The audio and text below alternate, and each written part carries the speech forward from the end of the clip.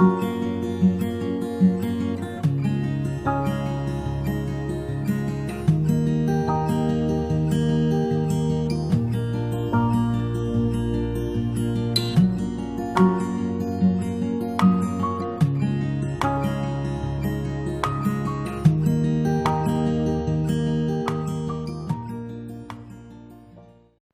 para pecinta catur Indonesia, kembali lagi di Tarigan Catur Channel.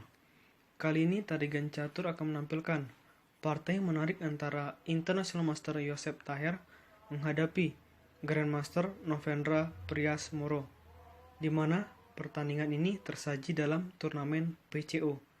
Untuk informasi lebih detail, mari kita simak dalam layar berikut ini.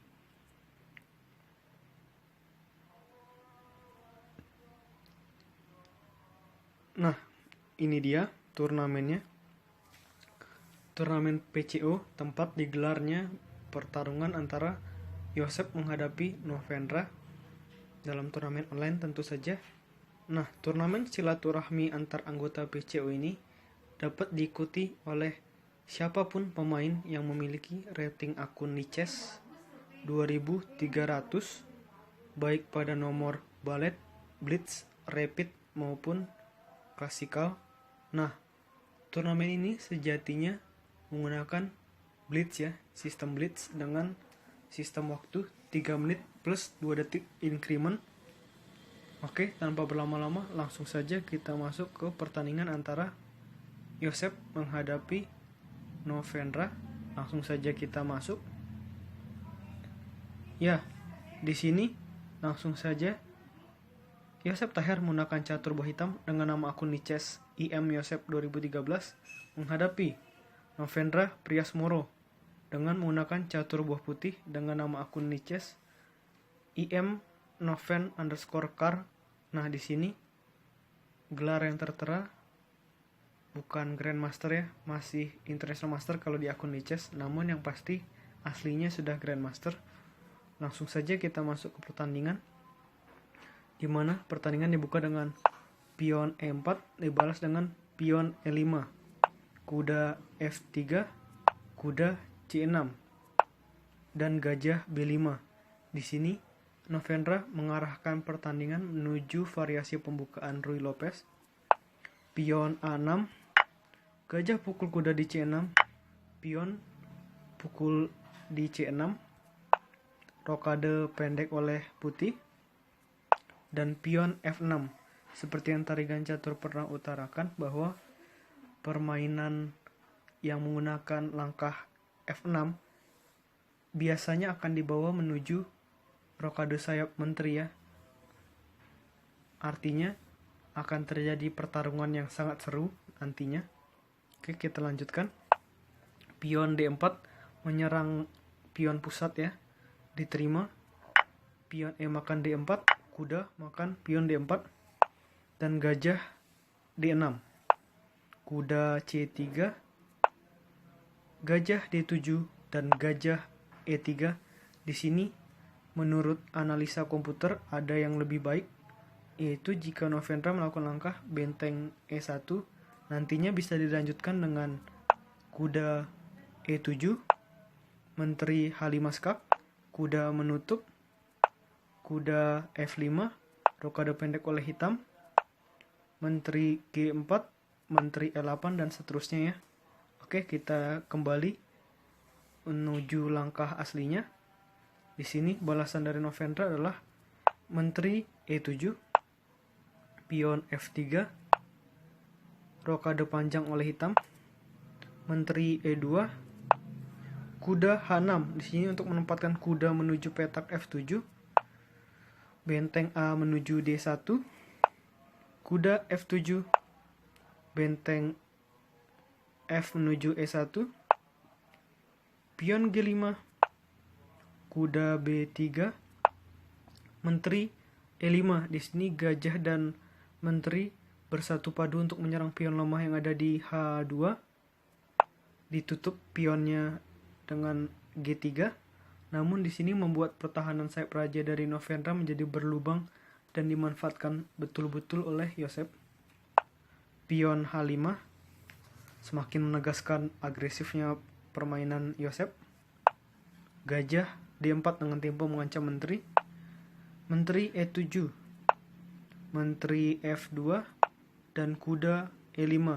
Di sini untuk mengantisipasi semakin rumitnya serangan dari Yosef, maka gajah pukul kuda dan menteri pukul gajah. Menteri A7, di sini ada ancaman skakmat ya di menteri A8. Oleh karena itu, Yosef harus melakukan langkah gajah E6,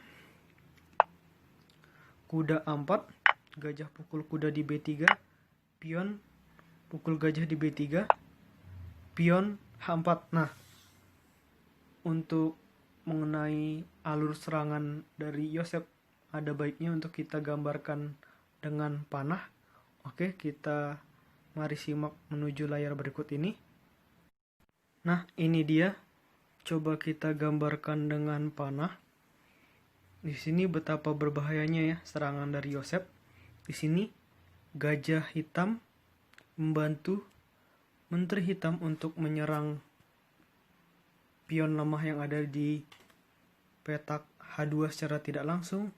Terus ada juga benteng menyerang pion H2 secara tidak langsung, dan nanti bisa ada langkah pion pukul pion, pion pukul pion, dan akan sangat berbahaya di sini ya bagi Novendra. Oke, kita lanjutkan ke permainan aslinya.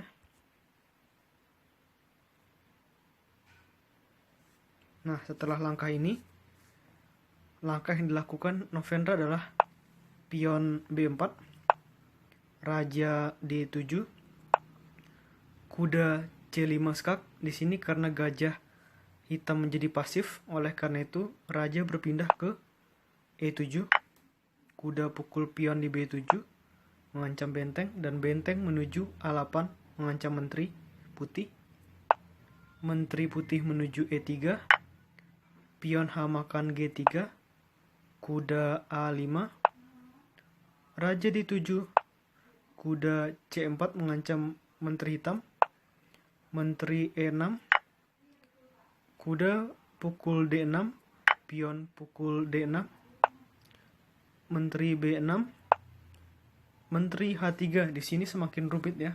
Apa yang tadi Tarigan Catur telah utarakan benar. Benteng hitam, menteri hitam, dan pion hitam sama-sama menyerang bersama-sama dari pion lemah yang ada di petak H2.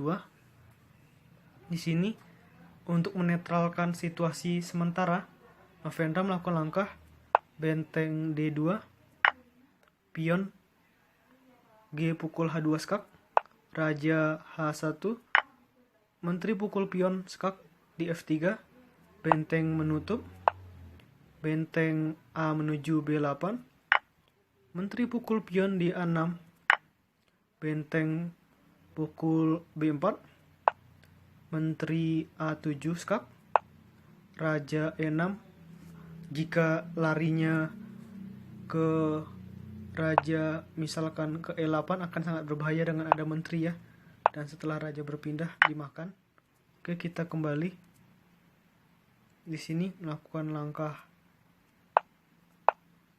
raja E6, menteri skak lagi di A2, raja E7, menteri skak di A7, raja F8, menteri skak di A8, raja ke G7, menteri pukul pion, benteng D4, menteri D7 skak. Di sini hanya bisa memaksimalkan tempo skak ya dari Novendra, karena memang pertahanan sudah hancur ya, pertahanan Sep Raja sudah tidak ada lagi pionnya. Bahkan yang menghalangi serangan dari hitam adalah pionnya sendiri. Raja G6, menteri skak di F5. Di sini akhirnya mengajak pertukaran menteri ya, diterima dengan menteri pukul menteri F5, pion pukul F5, raja pukul F5, benteng F2 skak, benteng menutup. di sini mengajak ini ya, menumpuk benteng ya dari putih. Benteng pukul benteng di F2, benteng pukul benteng di F2 skak, raja pindah ke E6, benteng E2 skak. Di sini sudah sangat berbahaya ya, lihat. Pion dari Joseph ada 4, sedangkan Novendra cuma 2. Raja D5, pion B3, pion F5, benteng D2 skak, raja pindah ke E4, benteng pukul pion yang ada di D6, pion G4, pion B4, pion G3, benteng D2, pion F4. Di sini melakukan langkah benteng G2. Di sini hitam sedikit menunda dengan melakukan langkah raja F5, pion B5, raja G4, dan pion B6. Nah, coba temukan satu langkah dari Joseph yang membuat Novendra Priasmoro resign dari permainan ini. Langkah apakah itu? Ya, langkah itu adalah pion F3. Di sini apapun respon dari Novendra memang sudah berat ya. Misalkan responnya adalah pion maju juga percuma karena ada benteng hitam yang menjaga. Dan apabila benteng berpindah, maka akan skak mat malah di sini ya, sudah tidak bisa kecuali dipukul. Skak, raja makan, dan pion berubah menjadi menteri. Dan ini situasi sudah sangat sulit. Bisa raja berpindah, namun setelah dibatasi pion maju, menteri skak, raja berpindah, dan setelah benteng skak, raja berpindah, skak mat. Setidaknya itulah rangkuman dari proses kemungkinan akhir skak matnya apabila Novendra masih melanjutkan permainan. Ya, menurut Tarigan Catur ini merupakan performa yang luar biasa dari Joseph dengan berhasil mengalahkan Novendra ya, dengan membuat pertahanan sayap raja dari Novendra menjadi rusak berantakan. Oke, menurut Tarigan Catur video kali ini cukup. Nantikan video-video selanjutnya tetap di Tarigan Catur Channel.